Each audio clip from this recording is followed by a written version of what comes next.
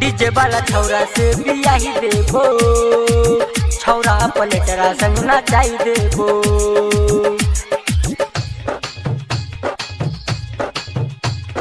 हमरा से गोरकी ही साटा बना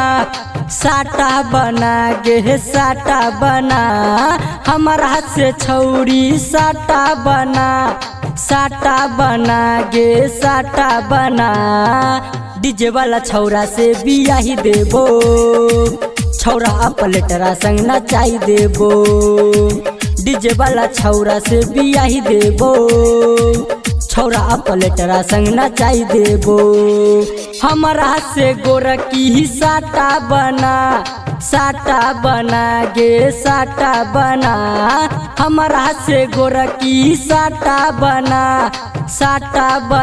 गे साटा बना।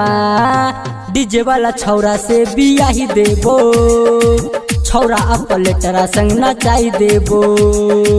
डीजे वाला छौरा से बियाही देबो, छौरा पलेटरा संग नचाई देबो। डीजे वाला छौरा से बियाही देबो, छौरा पलेटरा संग नचाई देबो।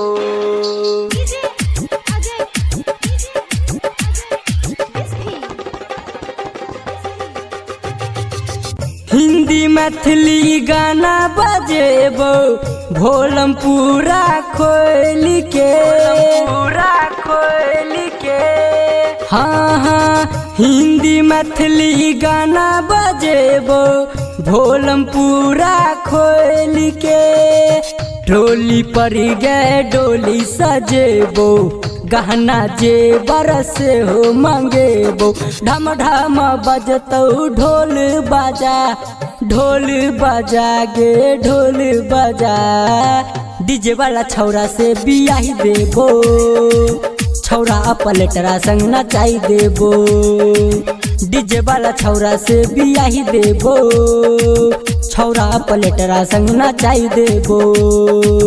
डीजे वाला छौरा से बियाही देबो, छौरा पलेटरा संग नचाई देबो।